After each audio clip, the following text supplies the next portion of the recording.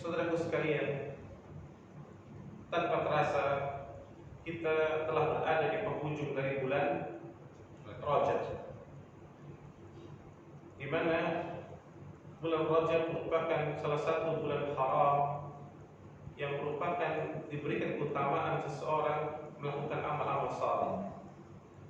Dan artinya kita hanya tinggal masuk di esok hari, maka kita telah masuk ke bulan Sya'ban.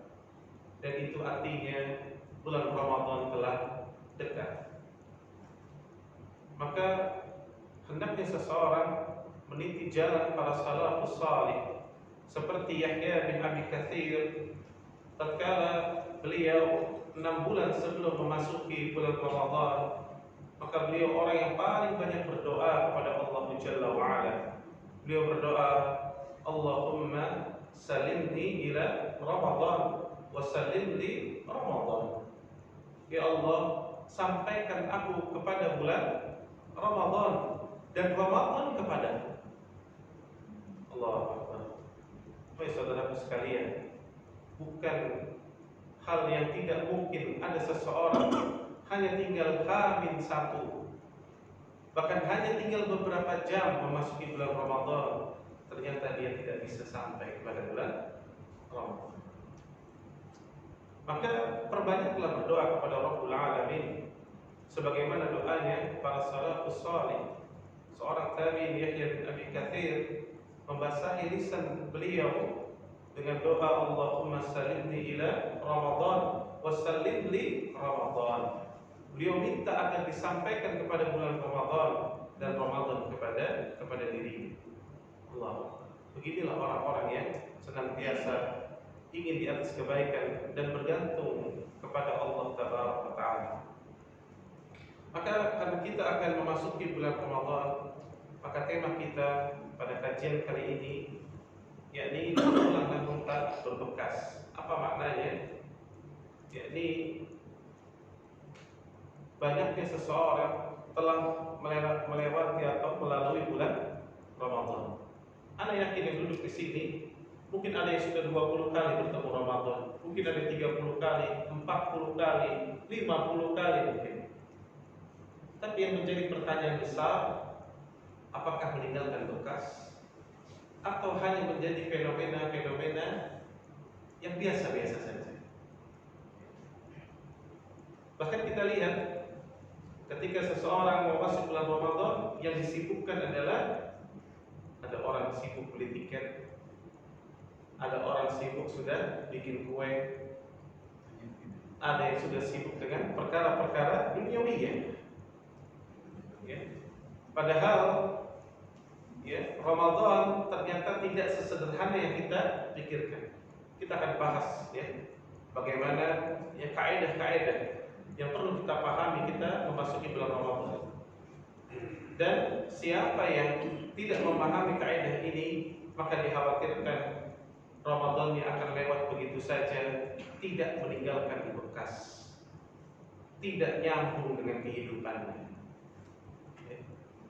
Padahal kita berharap Ramadan justru menjadi momentum kita untuk berubah diri kita menjadi sesuatu yang lebih baik.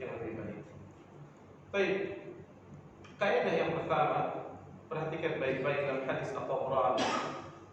Sallallahu alaihi wasallam bersabda, "Rubba sha'imin hadduhu min siyamihi al-jul wal 'atas." Kata Nabi SAW, lihat Nabi mengatakan Rubba sha'imin, alangkah banyaknya orang-orang yang berpuasa namun tidak mendapati apa-apa kecuali lapar dan haus.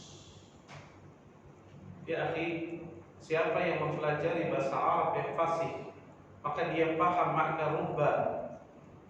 Rubba itu bukan kasusnya 1, 2, 3, 4, 5, tapi banyak, sangat banyak.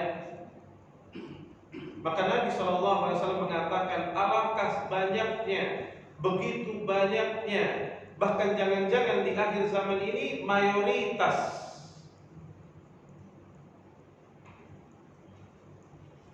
Karena Nabi SAW bersabda ini di zaman para sahabat, khairun nasi qarni. Sebaik-baik generasi, sebaik-baik manusia di zaman itu kata Nabi. Tapi Nabi katakan berubah, banyak yang gagal. Apalagi di zaman belakangan. Bukankah dalam riwayat yang lain tidaklah satu zaman dilewati dengan zaman berikutnya kecuali lebih buruk?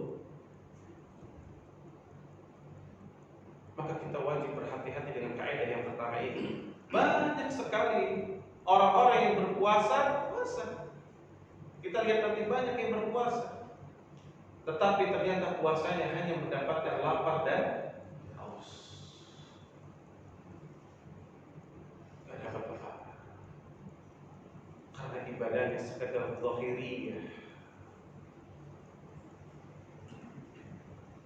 Maka siapa yang berusaha memahami kaidah yang pertama ini, harusnya dia betul-betul khawatir. Dia mengkhawatirkan dirinya masuk ke dalam hadis ini. Karena Nabi SAW pertama kali bersabda tentang ini di zaman para sahabat Nabi SAW yang imannya seperti gunung. Tapi Nabi khawatir dan Nabi sampaikan kepada para sahabatnya, apalagi di zaman kita ya akhi, yang antum keluar rumah saja, maka antum sudah menemukan fitnah, syubhat dan syahwat begitu banyak. Seseorang melihat perkara-perkara dosa sangat mudah sekali. Maka kita harus betul-betul memahami kaidah ini agar kita tidak jatuh kepada kesalahan yang sama. Alangkah banyaknya orang-orang yang berpuasa tidak dapat apa-apa kecuali lapar dan haus. Maka pemahamannya yang paling banyak yang mendominasi orang-orang yang saumnya tidak dapat apa-apa. Dan ingat, makanya jangan ikut yang banyak, ikut yang di atas petunjuk. Dan yang banyak itu memang yang paling banyak tersesat.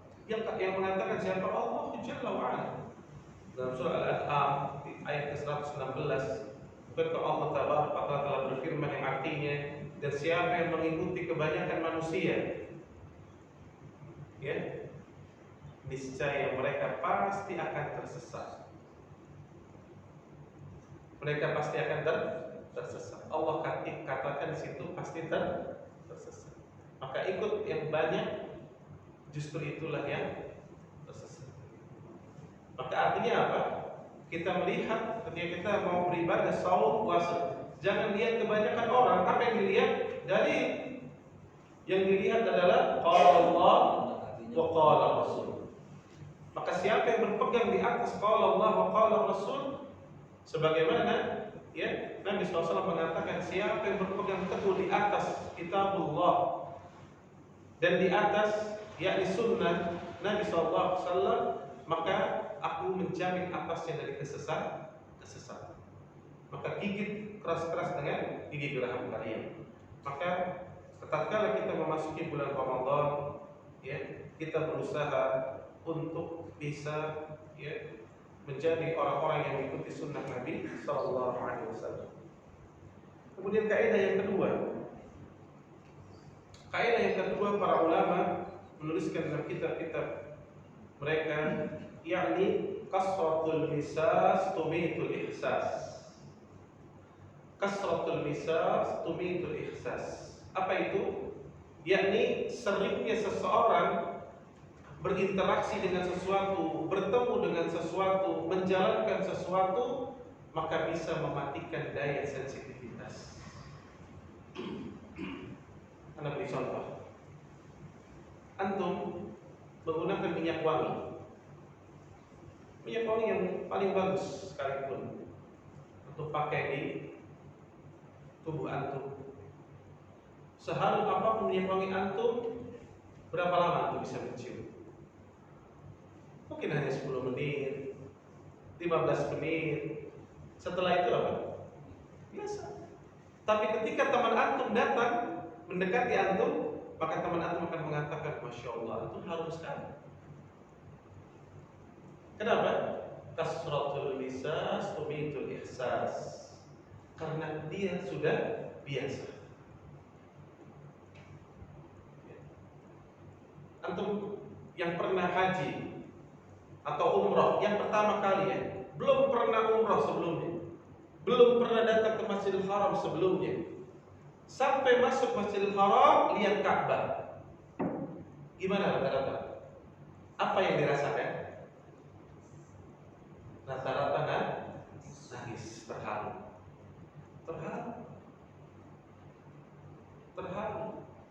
Bahkan setelah selesai rangkaian ibadah umroh, kita ajak pulang, Pak, ayo pulang, Pak. Oh, nanti aja Ustaz, Ana mau di sini saya sampai subuh. Ana mau melihat Ka'bah. Hatinya betul-betul terenyuh, meneteslah air mata. Tapi H+7 tawafnya di mana? Di Zamzam. Tawaf. Ayo Pak, udah masuk azan. Oh iya, oleh-oleh itu keponakan saya, anak saya belum selesai. Sebentar lagi. Apa yang membedakan hari pertama dengan hari ke-7? Kasratul nisas tumitul ihsas. Antum dari yang umroh, kalau di Madinah kita mau masuk masjid, maka toko-toko itu semua kan di pinggir pagar ya Pak ya, di luar Pak. Ketika azan berkumandang, gimana Pak? Toko tutup ke setengah, ada yang tutup semua, ada yang tutup ke setengah. Tapi yang uniknya, yang berdagang, sholatnya di mana kebanyakan? Di masjid atau di dalam toko? Di dalam toko. Antum 35 juta, 40 juta untuk bisa sampai sholat di Masjid Nabawi. Sementara orang ini, kalau kata orang Betawi ya Bapak, ngesot aja, gitu loh. Tapi dia sholat di dalam toko. Apa yang membedakan itu? Kasratul lisas tumitul ihsas. Karena sering dia sudah berinteraksi, sudah melihat Masjid Nabawi setiap hari, maka dianggap seperti biasa-biasa saja. Maka para ulama menjelaskan, maka yang paling mengkhawatirkan apabila seseorang masuk ke dalam bulan Ramadan, lalu dia menganggap Ramadan seperti fenomena tahunan biasa-biasa saja. Ini yang membahayakan. Dan kita sudah lihat faktanya di masjid-masjid kita. Di malam-malam pertama Ramadan itu panitia DKM masjid sampai bingung untuk pinjamkan karpet dan tikar karena jamaah membludak. Tapi makin hari makin kesini, makin sampai dengan hari ke-20 ke atas, sah mengalami kemajuan. Kalau di sini tidak kemajuan ya Pak ya, mengalami kemajuan. Maka ini bukan sesuatu yang sifatnya asumsi, tapi betul-betul terjadi. Dan Nabi SAW telah mengingatkan kepada kita. Bahkan sebetulnya Bapak Ibu sekalian, orang yang sukses di bulan Ramadan, ingat Nabi SAW mengatakan innamal a'malu bil khawatim. Amal itu tergantung akhirnya. Maka yang sukses di bulan Ramadan, lihat yang bertahan sampai detik terakhir. Itu yang sukses, Pak.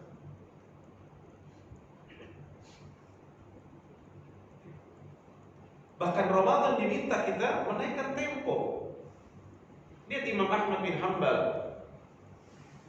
ketika beliau masuk di 20 pertama di bulan Ramadan, maka beliau menghatamkan Al-Quran satu hari itu hampir satu sekali hatam. Satu hari satu kali hatam. Tapi tatkala masuk di 20 hari sampai terakhir, maka Imam Ahmad langsung menambahnya lebih dari itu. Al-Imam Syafi'i rahimahullah ta'ala di bulan Ramadan menghatamkan Al-Quran 2 kali per hari. Jadi 60 kali khatam. Rahimahullah ta'ala.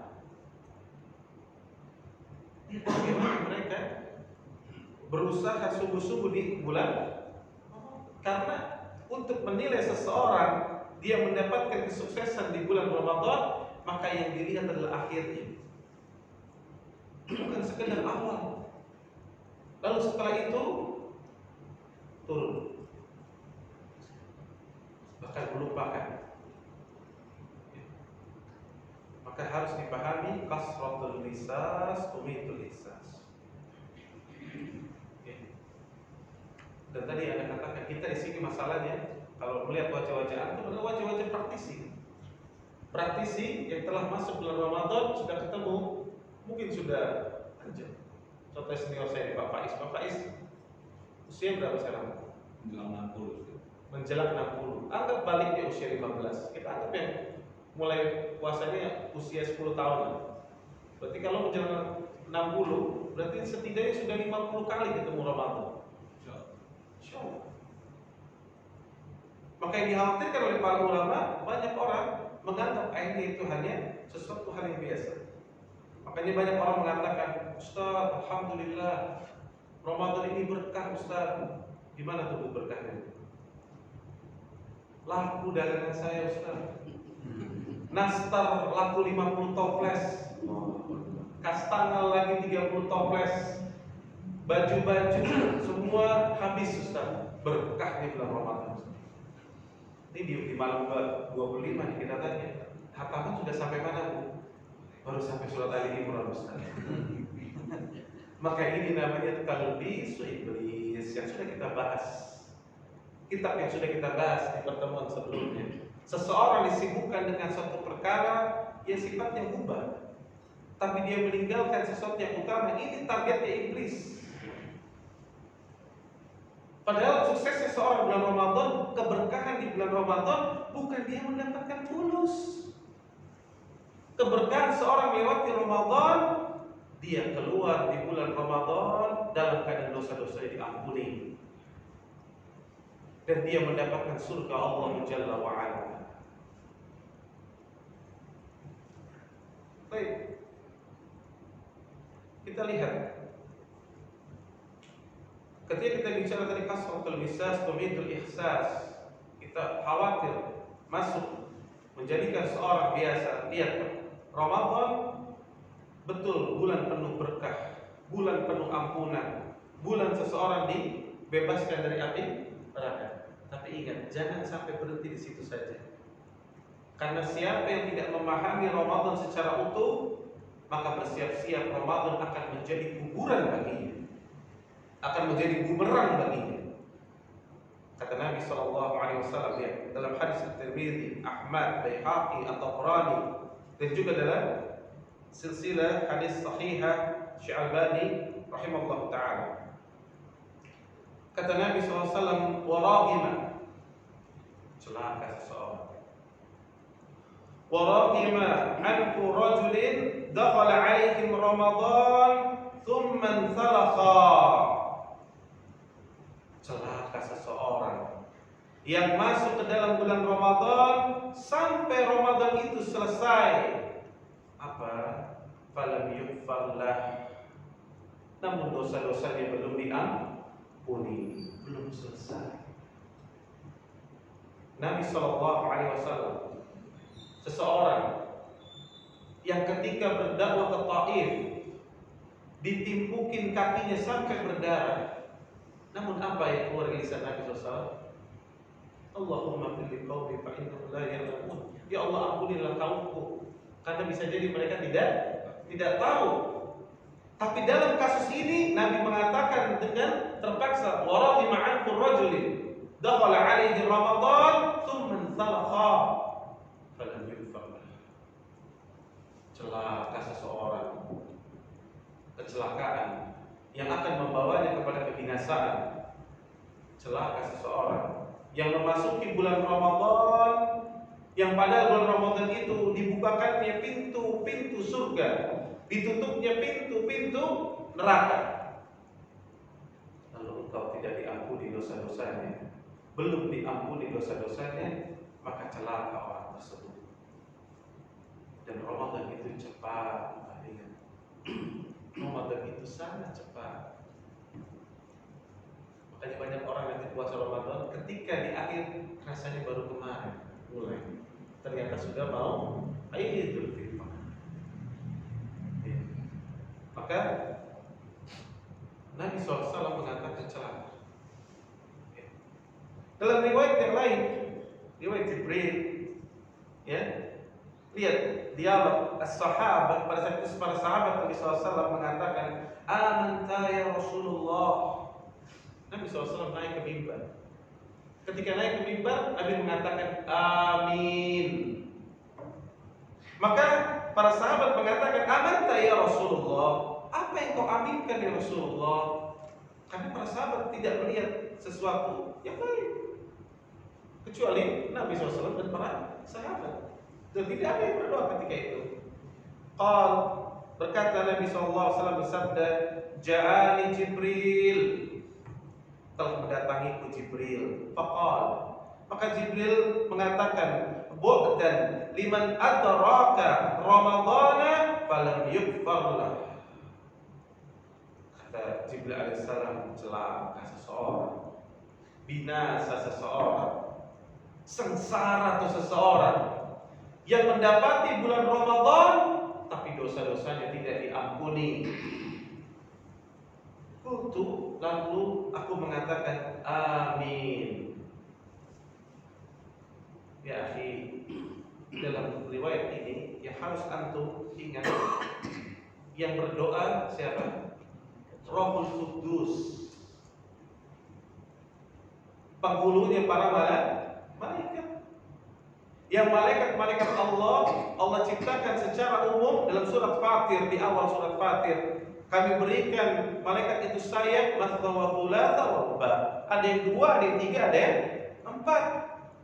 Secara umum sayap malaikat 2, 3 atau 4. Ada pun Rohul Kudus Jibril, kata Nabi SAW, aku diperlihatkan wujud asli Jibril itu 2 kali. Dan Jibril memiliki 600 sayap dari.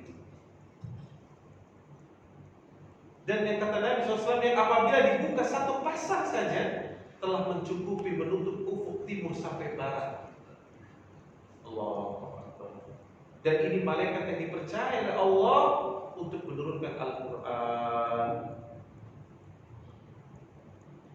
Dan Jibril itu sangat kuat dan pemimpin para malaikat Allah. Jadi yang berdoa siapa? Rohul Kudus Jibril alaihissalam. Lalu diaminkan oleh pemimpin manusia pada hari kiamat, penghulunya para rasul dan nabi, sebaik-baik manusia yang akan berjalan nanti di padang mahsyar. Ketika manusia mencari syafaat, datang kepada Adam alaihissalam. Kata Adam apa? Nafsi jiwaku, pergilah kau kepada Nuh. Datang lagi kepada Nabi Nuh alaihissalam. Kata Nabi Nuh, nafsi jiwaku, pergilah kau kepada Khalilur Rahman, Ibrahim alaihissalam. Datang ke Nabi Ibrahim, kata Nabi Ibrahim, nafsi jiwaku, datanglah kepada Kalimullah, orang yang berbicara langsung kepada Allah, Musa alaihissalam. Nabi Musa mengatakan lagi, nafsi, datanglah engkau kepada Isa alaihissalam. Dan Nabi Isa pun mengatakan akhirnya, datanglah kalian kepada Muhammad sallallahu alaihi wasallam. Maka ketika mereka datang kepada Nabi SAW, maka Nabi mengatakan, ana laha, aku yang akan melakukannya. Maka Nabi berjalan sampai berada di bawah arsy Allah. Dan Nabi diajarkan oleh Allah berzikir, memuji, yang pada saat itu langsung Allah mengajarkan, mengilhamkan ke hati Nabi sallallahu alaihi wasallam. Maka Nabi dikatakan kepada Nabi, irfa' ra'sak, angkat kepalamu ya Muhammad, minta niscaya engkau diberikan, dan berikan syafaat niscaya engkau diizinkan. Ini yang mengaminkan doa. Ya akhi, hari ini salah satu masyayikh, ulama yang sangat kibar, ulama yang sangat mumpuni dari sisi ilmu dan kesalihan, seperti Syekh Shalih Fauzan hafizahullah taala. Ana tanya, kalau antum disumpahi Syekh Shalih Fauzan, bisa tidur enggak malam ini?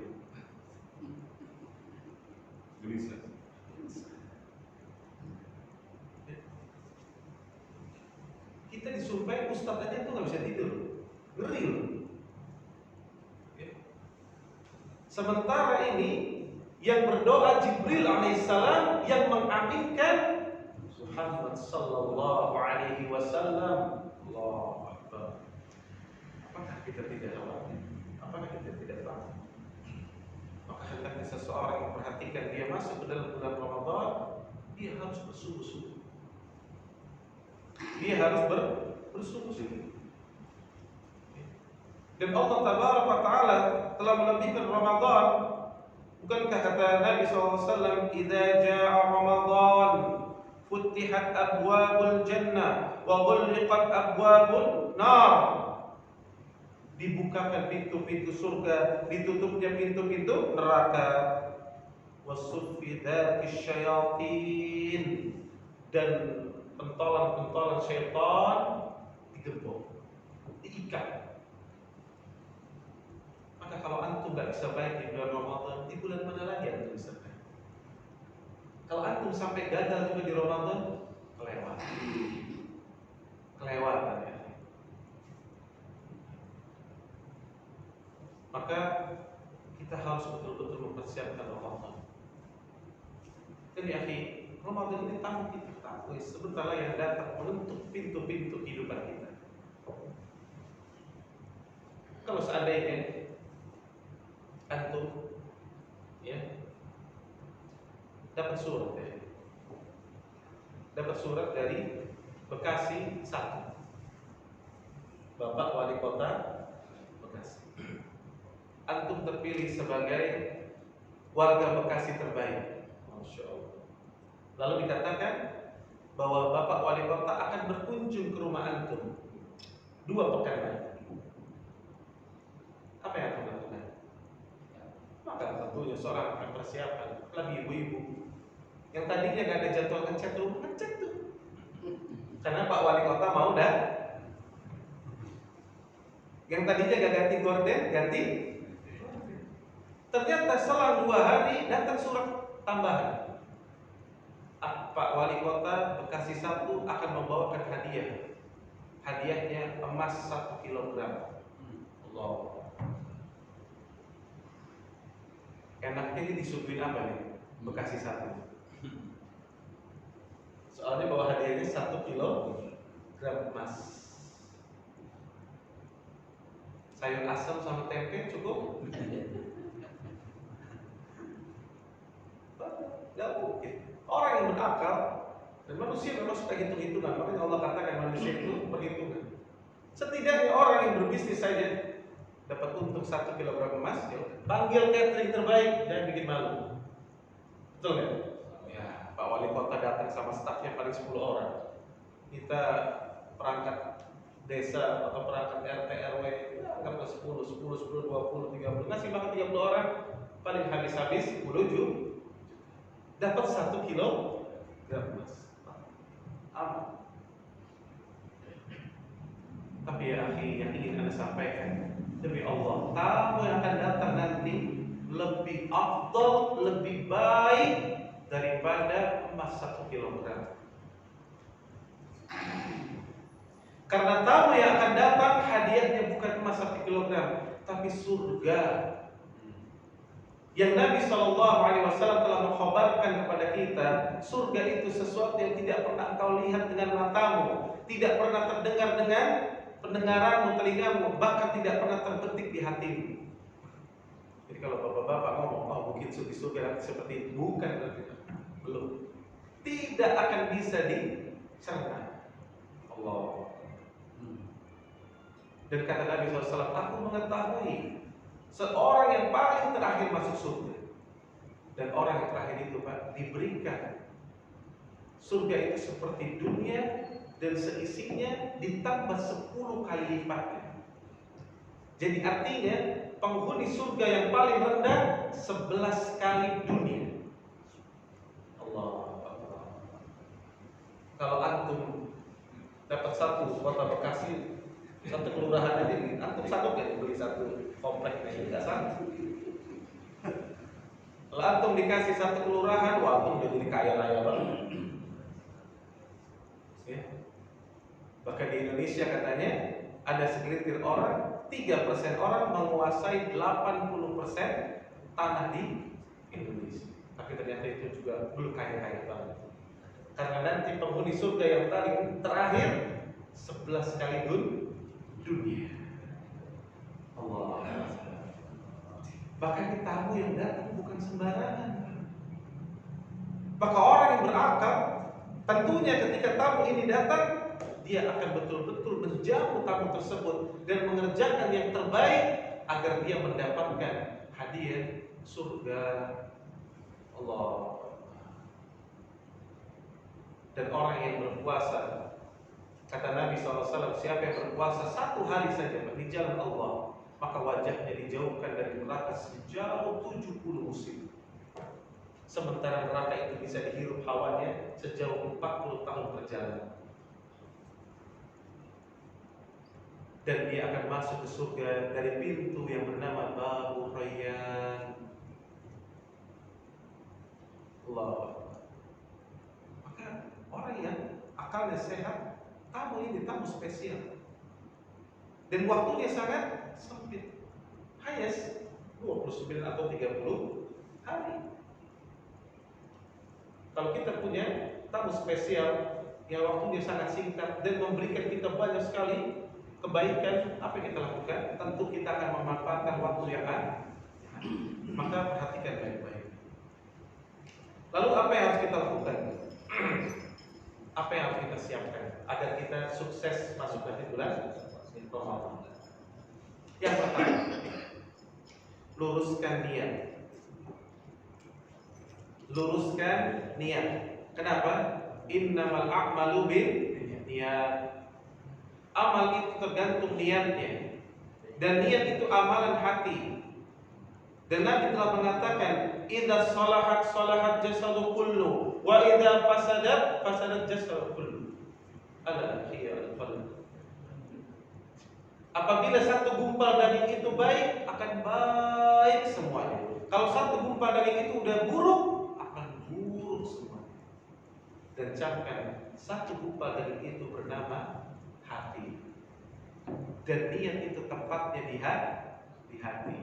Maka siapa yang ingin sukses masuk bulan Ramadan, luruskan niat, tata kembali hatinya, ikhlaskan karena ingin mencari wajah Allah Jalla wa Ala. Karena kenapa Bapak? Ini banyak. Ketika masuk bulan Ramadan, niat saumnya untuk sehat, menurunkan kolesterol. Banyak. Alhamdulillah ya, kalau udah puasa enak di badan ente. Maka dia niatkan untuk duniawi. Ada tadi masuk bulan Ramadan niatnya jualan. Enggak sedikit. Ya. Maka luruskan niat kita. Kita masuk ke bulan Ramadan niatkan karena mengharapkan wajah Allah Jalla wa Ala. Maka siapa yang meniatkan masuk ke dalam bulan Ramadan dalam rangka beribadah mengagungkan Allah Tabaraka wa Ta'ala, maka Allah pasti akan jadikan dia sukses. Dan tadi dikatakan bahwa siapa yang mengharapkan wajah Allah, niatnya lurus, dijauhkan wajahnya dari neraka sejauh 70 tahun. Satu hari. Maka seseorang hendaknya memperhatikan yang demikian. Ya. Dan Nabi telah mengatakan, man shoma Ramadhana imanan wa ihtisaban. Siapa yang berpuasa Ramadan penuh dengan iman dan mengharapkan ganjaran. Ini apa nih? Ini niat yang ikhlas maknanya. Iman itu apa? Perkara yang menghujam di dalam hati. Niatnya lurus karena Allah. Wahtisaban, dan dia mengharapkan ganjaran, mengharapkan pahala, artinya yang diharapkan wajah Allah semata, bukan duniawiyah. Maka siapa yang mendapati demikian, maka Allah pasti akan mengampuni dosa-dosa. Allah akan ampuni dosa. Maka yang pertama Pak, niat. Hendaknya kita masuk bulan Ramadan dengan niat yang lurus.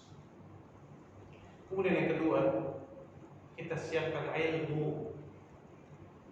buka kembali kitab-kitab para ulama bagaimana fikih saum yang sahih sebagaimana yang dituntunkan oleh Nabi sallallahu alaihi wasallam.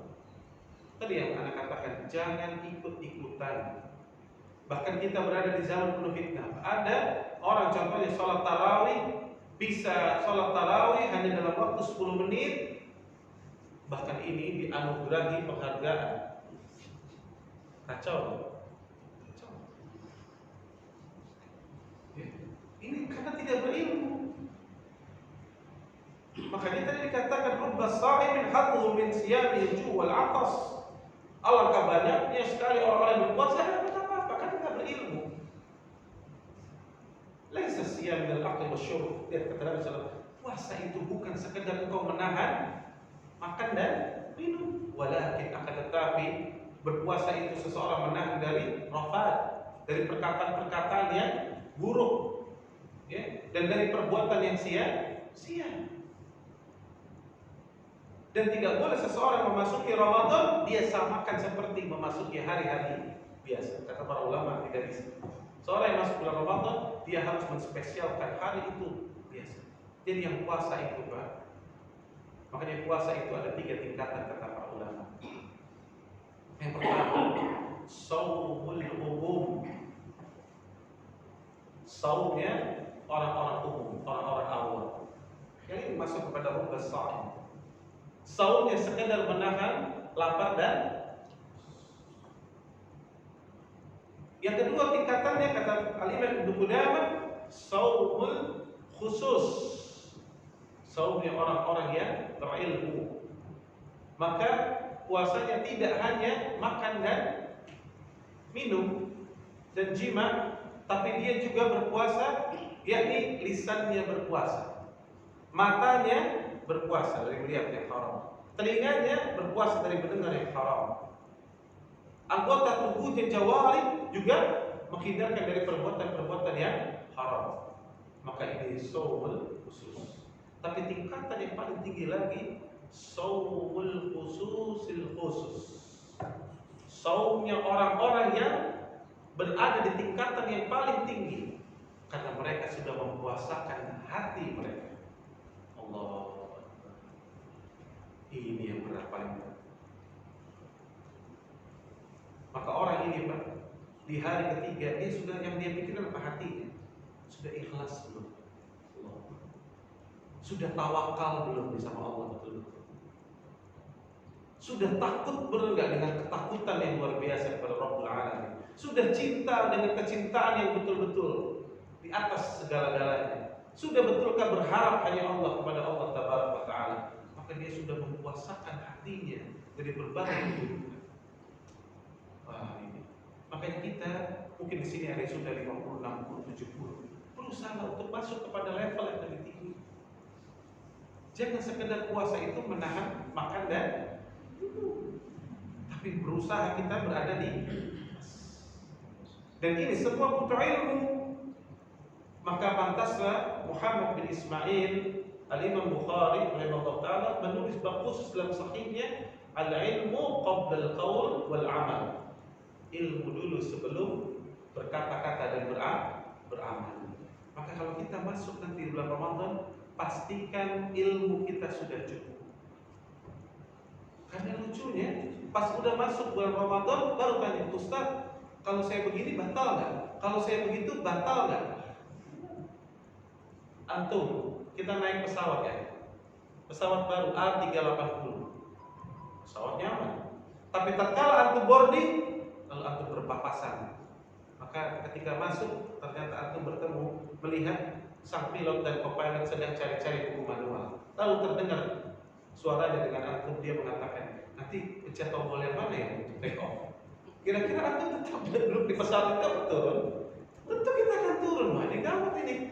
Dia saja masih baru buka buku manual. Artinya, ya akhi, seseorang masuk ke bulan Ramadan, hendaknya dia telah memiliki ilmu. Karena tadi kata Imam Bukhari rahimahullah ta'ala, al-ilmu qabla al-qaul wal amal. Maka jangan sampai kita masuk bulan Ramadan tangan kosong. Setelah itu baru tanya, Ustaz ini gimana Ustaz?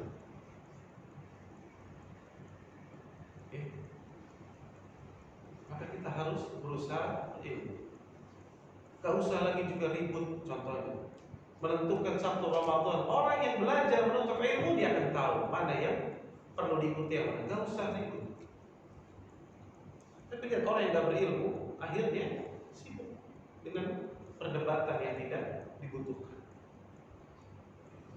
Bahkan berapa banyak kaum muslimin ketika berbuka puasa saja masih banyak yang luput dari doa yang Nabi SAW ucapkan. Ya. Bagaimana Nabi SAW ucapkan?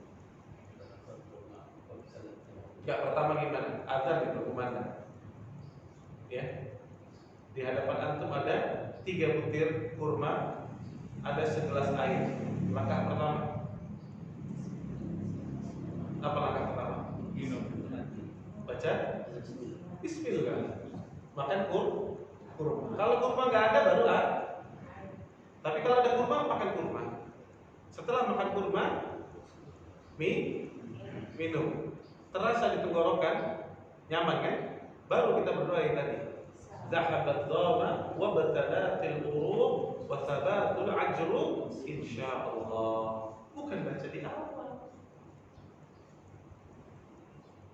Baru dia silahkan berdoa tambahan seperti ya doa, namun kita tidak boleh meyakini itu sebagai sunnah. Kita berdoa boleh Allahumma lakas sumtu wa bika amantu dan seterusnya sebagai tambahan, tapi tidak meyakini itu sebagai sunnah.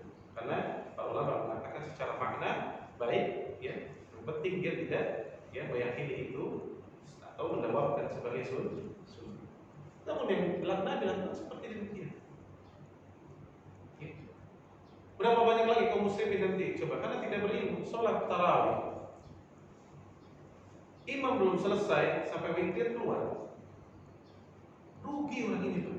Kalau dia tahu ilmunya, kata Nabi SAW, siapa yang sholat tarawih sampai selesai maka dihitung baginya sholat semalam suntuk.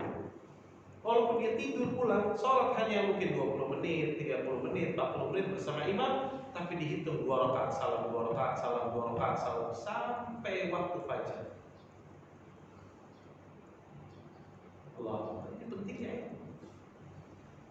Belum lagi yang tidak paham sampai sudah puasa 50 tahun dan lebih, tapi berapa banyak kaum muslimin masih ada yang meyakini tidak boleh makan ya 10 menit sebelum adzan. Ada 10 menit ini waktu yang efektif kan? Efektif untuk nambah 1 piring. Masih bisa untuk nambah 1 piring. Dan Nabi SAW kata para sahabat, jarak antara beliau sahur dengan adzan subuh itu sekitar membaca 50 ayat atau 15 menit. Berarti jeda di 10 menit itu waktu terbaik seseorang sahur. Dan sahur itu maknanya dikata sahur, artinya di akhir malam. Jadi kalau ada orang sahur jam 1, jam 2, itu bukan sahur, itu makan malam. Sahur itu Pak, artinya makan di akhir malam, sebelum waktu masuk. Bahkan dalam hadis ya, yang insya Allah hadis yang hasan dihasan oleh Syekh Albani, siapa yang memegang air lagi minum, lalu adzan berkumandang, kata Nabi, jangan letakkan sampai dia habiskan terlebih dulu. Rukshoh. Bagaimana seseorang nggak boleh makan 10 menit? Dan 10 menit tadi waktu yang efektif, atau tambah nasi, tambah telur dadar lagi. Ya. Maka ini harus kita pahami dengan baik. Ya. Karena kalau kita tidak berilmu tadi, akhirnya kita tidak bisa mendapatkan justru keutamaan di dalam sahur, ya, keutamaan dalam berpuasa. Bagaimana menjalankan? Ini perlu sekali. Bayar fidyah juga contohnya, ada yang membayar fidyah. Belum mulai puasa udah bayar fidyah. Orang tuanya sakit misalnya, itu sakitnya yang tidak diharapkan kesembuhannya misalnya. Tapi dia bayar di awal, boleh. Fidyah itu dibayar setelah selesai, setelah melakukan dulu. Artinya tidak bisa puasa dulu lewat baru membayar fidyah. Siapa yang membayar fidyah di depan tidak sah. Tidak sah. Ini harus dengan antum yang safar, harus tahu hukum safar ketika di bulan Ramadan. Ada kan contoh ada banyak. Kalau antum berangkat naik pesawat, ya. Ketika antum naik pesawat, tiba-tiba berkumandang ada. Pas pesawat take off, naik atas, antum lihat dari jendela kan, kalau take off pasti jendela harus dibuka kan. Maka antum melihat matahari masih ada, tapi adzan berkumandang dan pramugari memberikan informasi, Bapak Ibu waktu berbuka telah tiba. Gimana kebanyakan? Pada makan itu pada minum. Pada makan pada minum, karena pramugari telah memberitahu waktu berbuka telah masuk. Padahal yang sahih, ingat berpuasa itu rukunnya dua. Pertama niat, yang kedua menahan makan, minum dan jima dari mulai terbitnya fajar sampai terbenamnya matahari. Bukan adzan maghrib. Adzan maghrib itu pertanda tambahan buat orang yang di bawah. Kalau antum di atas lihat matahari masih ada, boleh antum buka. Ini soalnya pengalaman anda sendiri ya. Anda waktu itu ada tugas, kebetulan harus terbang ke Kupang, ke NTT, bulan Ramadan. Maka seperti itu pergi. Sekarang pas take off-nya pas gak lama take off lagi di atas, maka pramugari mengatakan, Bapak Ibu waktu berbuka untuk Jabodetabek telah tiba. Selamat berbuka puasa. Pada makan itu, udah minum. Anda bilang mas sebelah Pak, matahari masih kelihatan. Makanya kalau ditanya para ulama fikih mengatakan contohnya, siapa yang duluan berbuka? Orang yang berada di tempat di atas atau yang di bawah? Yang di bawah. Di bawah sah, nggak ada masalah yang di bawah, karena dia sudah tidak melihat matahari. Tapi kalau antum masih melihat matahari jelas, nggak boleh. Itu ilmunya harus dipahami. Ya, maka tidak boleh seseorang ya menjalani bulan Ramadan tanpa ilmu. Dan banyak sekali lagi. Ada yang memahami lagi dalam ludah batal. Tapi para ulama membahas itu dalam kitab fikih. Menelan ludah betul bisa batal. Kalau ludahnya dikumpulin dulu, keluarin, kumpulin, terus diminum lagi, batal. Dan anak rasa antum nggak ada yang punya rencana itu kan? Jadi kita harus memahami. Dan mana masalah mendapat? Ada yang mengatakan korek kuping batal. Enggak, tidak dibenarkan. Maka kita harus berusaha berilmu dulu sebelum masuk dalam bulan Ramadan. Dan tentunya pembahasan fikih sangat luas. Kita bisa buka kitab-kitab fikih saum Nabi Shallallahu Alaihi Wasallam. Ya, nah, insya Allah itu sangat bermanfaat. Ya. Kemudian yang ketiga, hendaknya kita memahami esensi dari ibadah saum. Kata Imam Ibnu Qudamah, ya, beliau mengatakan dalam Mukhtasar Minhaj Al-Qasidin, banyaknya seseorang beribadah tapi nggak nyambung dengan kehidupannya. Padahal ibadah puasa itu intinya adalah dua hal. Pertama, kita nurut, kita taat kepada Allah, tidak makan, tidak minum, dan mempuasakan seluruh anggota tubuh kita dari kemaksiatan, dari mulai terbitnya fajar sampai terbenamnya matahari. Dan faedah yang kedua, seseorang memahami dalam hidup ini kita perlu menginjak pedal rem.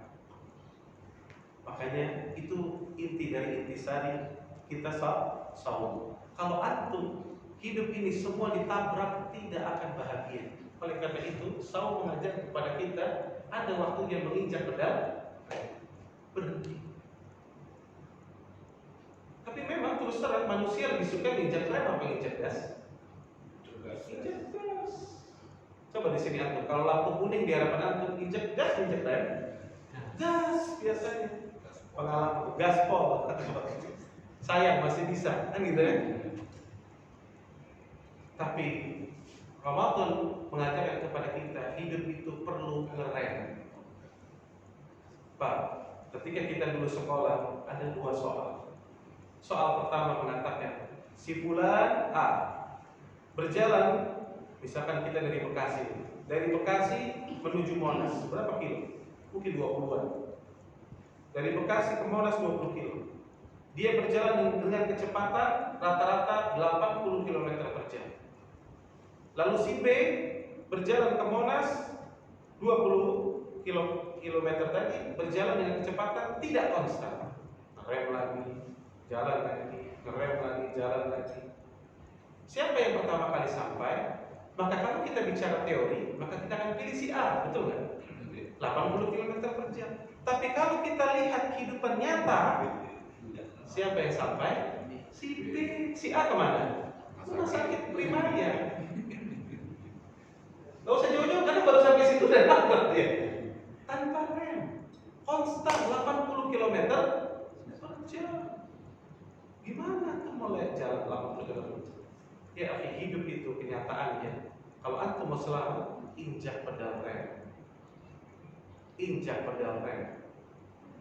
Dan memang yang membuat manusia enggan menginjak pedal rem, kenapa? Karena manusia lebih mengutamakan akal dibandingkan dalil. Ya akhi, jangan ambil ini haram. Apa kata dia? Iya sih, tapi anak saya besok mau kuliah, saya mau sekolah. Kalau anak nggak ambil ini, nggak cukup. Ntar bayarnya gimana? Ya akhi, inilah yang terjadi fenomena. Maka Allah mengatakan kepada kita bahwa kita harus menginjak pedal rem, jangan ditambah. Dan siapa yang bertawakal kepada Allah, bahwa hasbuh, Allah akan cukupi. Dan siapa yang bertakwa kepada Allah, Allah akan keluarkan dia dari kesulitan, dan Allah akan berikan dia jalan keluar, dan Allah berikan rezeki dari jalan yang tidak dia sangka. Maka puasa mengajarkan kita untuk, yakni kita taat kepada Allah Jalla wa'ala, dan hidup ini perlu menginjak pedal rem. Jangan gas terus, ya, jangan gas terus, tidak akan bahagia. Kemudian yang keempat, agar kita bisa sukses di bulan Ramadan, hari-hari ini perbanyak istighfar, perbanyak bertobat. Kita masuk bulan Sya'ban, banyak-banyak bertobat. Banyak-banyak bertobat. Astagfirullah, astagfirullah, astagfirullah, astagfirullah wa atubu ilaih. Selain dari zikir istighfar yang sifatnya muqayyad di zikir pagi dan petang. Tapi kita berusaha banyak istighfar yang tidak perlu kita tentukan jumlahnya. Astagfirullah, astagfirullah, astagfirullah. Kenapa? Kenapa demikian? Karena kata para ulama, kalla bal rana ala qulubihim ma kanu yaksibun. Para ulama berdalil dengan Al-Quran yang di surat Al-Mutaffifin yang mengatakan kata Allah kalla, sekali-kali tidak. Bal rana, karena rana itu dosa-dosa yang ada di hati kita itu, yang ada dalam diri kita, khususnya dalam hati kita itu yang membuat kita nanti berat membaca Al-Quran. Itu yang akan membuat kita berat berdiri lama di waktu malam. Orang yang Allah bersihkan hatinya karena telah bertobat, maka Allah akan berikan keadaan hatinya bening kembali, mudah baginya beramal saleh. Makanya lihat Imam Syafi'i tadi kita katakan, orang yang bersih hatinya, maka sanggup Allah berikan anugerah mengkhatamkan Al-Quran 2 kali per hari. Jadi beliau 1 bulan 60 kali khatam. Rahimahullah. Imam Bukhari 40 kali khatam. Kenapa mereka bisa seperti itu? Karena bersih di hati mereka. Maka kalau nanti Bapak merasakan beratnya, kalau kita sholat tarawih kadang berat, aduh ini imamnya panjang banget. Dahulu kan, di zaman para salafus ada sholat, jadi mereka biasa membaca 1 malam 7,5 juz. Jadi 4 malam khatam. Setiap 4 malam khatam. Maka imamnya di tengah-tengah Ramadan sakit. Imamnya sakit. Ganti imam kedua. Dan imam kedua ternyata mengkhatamkan Al-Quran tiap 6 malam. Kalau antum terjadi pada diri antum gimana? Pertama 4 malam nih, lalu jadi 6 malam. Apa kata kita? Alhamdulillah. Wah, mudah-mudahan habis ini turun lagi nih. Di zaman itu para salafus salih itu mendatangi imam mengatakan apa-apa kembali lagi seperti semula, 7,5 juz, 4 malam harus. Allah. Kenapa Pak? Karena tadi hatinya yang bersih. Orang yang hatinya bersih sangat mencintai mendengarkan Al-Quran, maka kita introspeksi diri kita. Kalau antum lebih tenang dengar musik daripada dengar Al-Quran, bermasalah. Tapi kalau orang lebih bahagia, lebih tenang, lebih menyukai mendengarkan Al-Quran, itu pertanda hatinya dalam keadaan baik. Semakin bening hati seseorang, kata Utsman bin Affan radhiyallahu anhu, siapa yang bersih hatinya tidak akan pernah kenyang dengan Al-Quran. Tidak akan pernah kenyang dengan Al-Quran. Maka Utsman bin Affan radhiyallahu anhu, Allah berikan taufik, beliau pernah salat di Masjidil Haram 1 rakaat, salat witir, dan menghatamkan Al-Quran. Maka semakin bersih hati seseorang, semakin dia mencintai Al-Quran. Maka perbanyak istighfar. Astagfirullah, astagfirullah. Di hari-hari ini banyak istighfar. Mohon kepada Allah Tabaraka Ta'ala. Kemudian mohon kita juga pertolongan Allah. Jangan pernah kita mengandalkan pengalaman kita. Tenang Ustaz, tahun lalu Anda khatam 5 kali. Tenang, insya Allah tahun ini bisa. Antum di sini khatam berapa kali waktu tahun lalu? 5 kali? 6 kali? Wah, berarti di atas 6 semua. Ada yang 6. Kita harus lagi. Tapi ya akhi, ingat kaki kita begitu lemah. Maka tatkala kita zikir pagi dan petang, Nabi mengajarkan sebuah doa, ya hayyul ya qayyum bi rahmatika astaghfir aslih li sa'ni kullah wa la takilni ila nafsi tarfatan ain. Wahai Zat yang maha hidup, wahai Zat yang maha berdiri sendiri, dengan rahmatmu aku mohon pertolonganmu. Untuk semuanya, untuk ibadahku, keluargaku, semuanya. Dan jangan tinggalkan aku ya Rabb walaupun sekejap mata. Ini yang pertama kali berdoa seperti ini siapa? Nabi Sallallahu Alaihi Wasallam, orang yang maksum, tapi meminta pertolongan kepada Allah. Padahal Nabi SAW orang yang sholat malamnya, Pak. Saksinya siapa? Sahabat Hudzaifah bin Yaman pernah mendatangi Nabi di salah satu malam, di malam bulan Ramadan. Lalu dia sholat di belakang Nabi Sallallahu Alaihi Wasallam, dan Nabi memulai sholatnya dengan surah Al-Baqarah. Aku berpikir Nabi akan berhenti di 100 ayat. Ternyata Nabi terus melanjutkan sampai la yukallifullahu nafsan illa wus'aha dan seterusnya. Aku berpikir Nabi akan rukuk, lalu Nabi melanjutkan lagi dengan surat An-Nisa 176 ayat.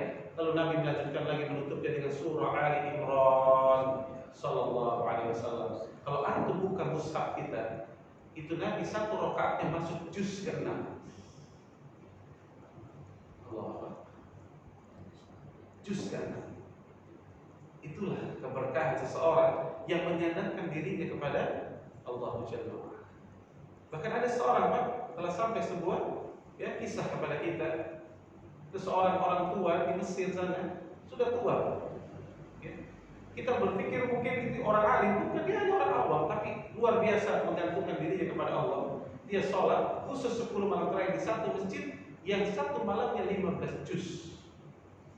Dan Allah berikan dia kekuatan berdiri. Allah.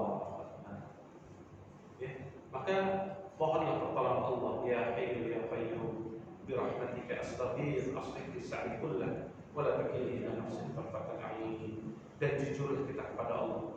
Ingat kaidahnya, intastu billahi yastu. Jujurlah engkau kepada Allah, Allah akan jujur kepada kita. Kalau kita jujur di masuk Ramadan ingin beribadah kepada Allah betul-betul, Allah akan sampaikan kepada niat kita. Bukankah seseorang yang ikut kepada Nabi SAW berjihad lalu mengatakan aku berharap ada anak panah yang masuk ke leherku menembus sampai ke tengkukku, maka keesokan harinya tidak menunggu lama Nabi dibawakan seekor mayat percis seperti yang dia katakan. Maka Nabi mengatakan wahu, bukankah ini orang yang kemarin? Kata para sahabat, betul ya Rasul. Maka orang ini intastu billahi yastu. Orang ini telah jujur kepada Allah, maka Allah jujur kepadanya. Allah. Maka kita jujur kepada Allah Jalla wa'ala. Kemudian Bapak Ibu sekalian, lakukan pemanasan di bulan Sya'ban. Dahulu seperti Al-Imam Al-Ula'i, ketika masuk 1 Sya'ban toko tutup dan baru buka lagi 1 Syawal. Berarti toko tutup 2 bulan. Bayangkan haji.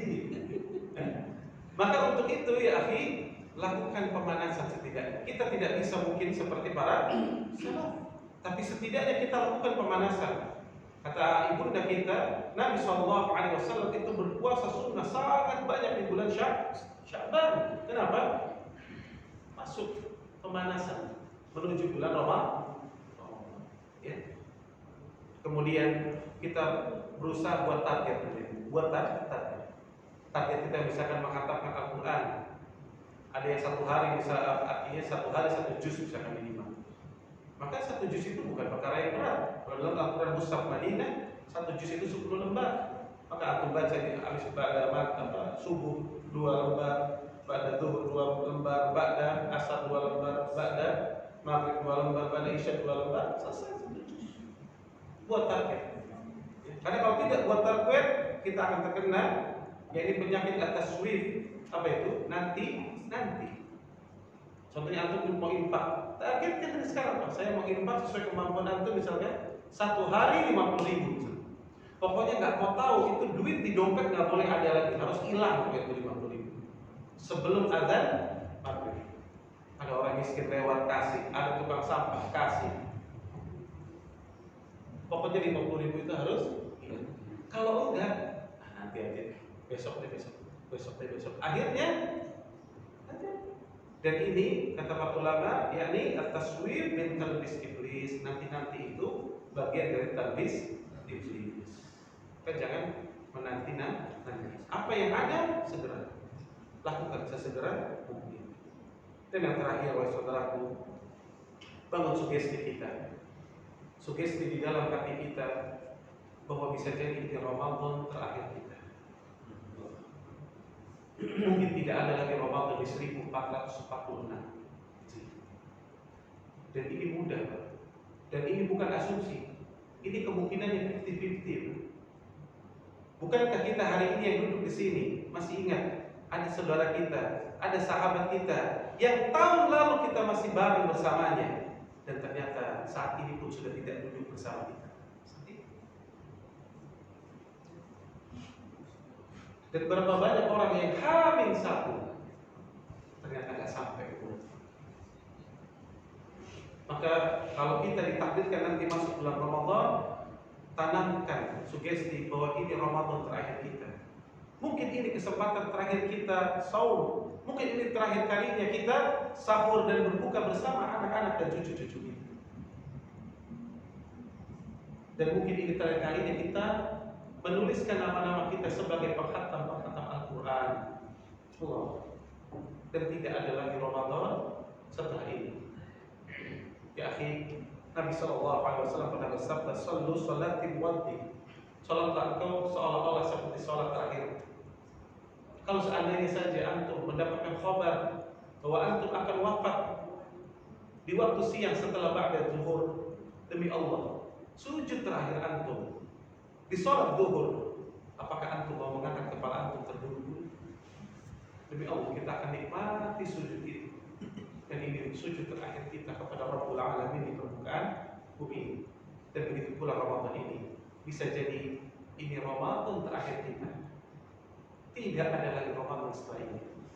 Maka hendaknya seorang mukmin, dia memperhatikan perkara ini dan dia berusaha untuk memanfaatkan Ramadan ini agar dia menjadi hamba Allah yang betul-betul, dan Allah berikan surga dengan surga yang tinggi, di surga Firdaus. Baik, mungkin ini yang bisa saya sampaikan. Mudah-mudahan bermanfaat. Ya, dan mudah-mudahan kita mempersiapkan diri masuk di bulan Ramadan, dan jangan sampai kita seperti tema kita, yakni berulang lalu tak berbekas. Kita berharap Ramadan yang kita lewati ini, jadikan Ramadan ini Ramadan terakhir kita seolah-olah, dan jadikan menjadi Ramadan terbaik kita. Jadikan Ramadan terbaik kita. Saran saya bahkan ibu-ibu, bapak yang masih punya kebutuhan, kalau bisa jangan ke mall. Bereskan semua urusan kita di Sya'ban. Beli kalau perlu kebutuhan tuh, kalau Allah mudahkan rezeki kita masih punya, bereskan di bulan Sya'ban, jangan ke mall. Jangan pergi ke tempat-tempat yang akhirnya kita melihat perkara yang haram. Mendengar musikan, demi Allah, membuat kita berat, membuat kita sulit untuk menghafal Al-Quran karena dosa-dosa itu. antum merasakan. Kalau satu hari antum tidak melihat yang haram, tidak mendengar yang haram, demi Allah hati antum lembut. Mudah sekali beramal saleh. Para ulama dahulu mengatakan kalau mereka di waktu siang bermaksiat, itu sholat malamnya terganggu, sulit untuk khusyuk. Siapa yang di siang yang terhindar dari maksiat, maka di waktu malam dia akan menikmati khusyuk, dia beribadah kepada Allah Jalla wa'ala. Maka siapa yang bisa membereskan urusannya di Sya'ban, bereskan. Maka masuk bulan Ramadan, berusaha bersungguh-sungguh agar kita keluar menjadi hamba Allah yang dibebaskan dosa-dosanya, dan kita mudah-mudahan ya diampuni dosa-dosanya dan menjadi hamba Allah yang sujud. Amin. Ana rasa cukup. Ya, subhanallah wa bihamdika asyhadu an la ilaha illa anta astaghfiruka wa atubu ilaik. Assalamualaikum warahmatullahi wabarakatuh.